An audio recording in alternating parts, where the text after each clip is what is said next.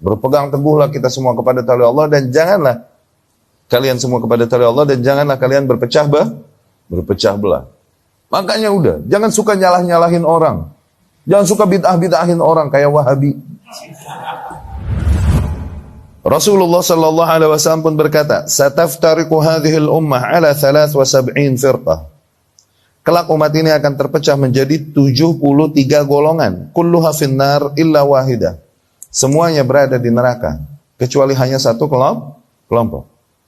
Hadza khabar minhu sallallahu alaihi wasallam. Ini jelas kabar dari Rasulullah sallallahu alaihi wasallam. Annahu sayahsulu iftiraqun fil ummati wa hasala kama akhbara sallallahu alaihi wasallam, dan bahwasanya akan terjadi perpecahan di dalam umat dan kemudian akan terjadi sebagaimana dikhabarkan oleh Rasulullah sallallahu alaihi wasallam. Min ajli an nuthabbita 'ala al-haq, min ajli an nathbut 'ala al-haq. Tujuannya Rasul mengkhabarkan hal ini agar kita memotivasi diri kita untuk sabat di atas hak.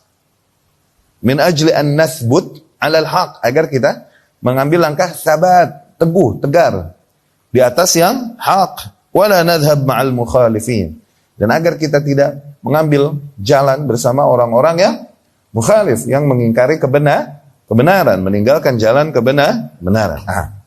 Itu juga diantara bentuk keimanan kepada Rasulullah SAW adalah imani semua yang disampaikannya. Jangan pilih-pilih, ketika nggak sesuai dengan selera kita pura-pura buta. Ini diantara yang dihindari untuk diimani oleh kaum muslimin adalah apa? Bahwasanya umat ini akan berpecah. Sebagian kaum ini nggak mau tahu. Udah kita bersatu, tuh gitu. Dan kemudian menyerukan persatuan-persatuan ala mereka, yang makna persatuan mereka adalah udah mix aja antara syirik dan tauhid, antara sunnah dan bid'ah, mix aja nggak apa-apa, yang penting bersatu tuh. Ini persatuan ala mereka. Oke? Mereka bawakan dalil deh tuh. Dalil mah bisa nggak siapa? Asal bisa bahasa Arab juga jago dalil. Iya kan?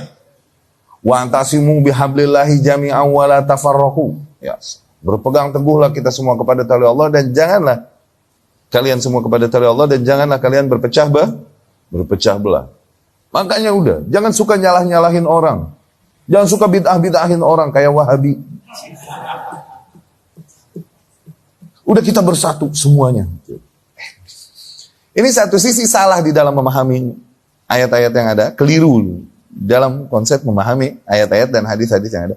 Yang kedua, ada sisi kufurnya. Ada sisi kufurnya. Seolah-olah dia tidak mengimani ketika Rasul bilang bahwa umatnya akan terpecah dan yang benar cuma satu. Dia mengingkari untuk mengimani kabar itu dari Rasulullah SAW. Dan mengingkari kabar dari Rasul apa hukumnya? Kufrun. Itu bentuk kekufuran. Maka perpecahan pasti akan terjadi, ya. Tapi konsekuensinya berarti yang benar cuma satu. Cari itu. Kalau dibilang yang benar dan selamat cuma satu, berarti yang lain salah. Konsekuen, udah sportif. Siap mengatakan yang lain salah, kalau yang benar satu. Tuh. Maka jalan hak, jalan keselamatan itu hanya satu. Itu diantara usul akidah yang pernah kita bahas juga di Situ Durar. Ya? Hanya satu. Maknanya apa? Selain jalan tersebut batil dan cilaka. Membawa kepada kecelakaan.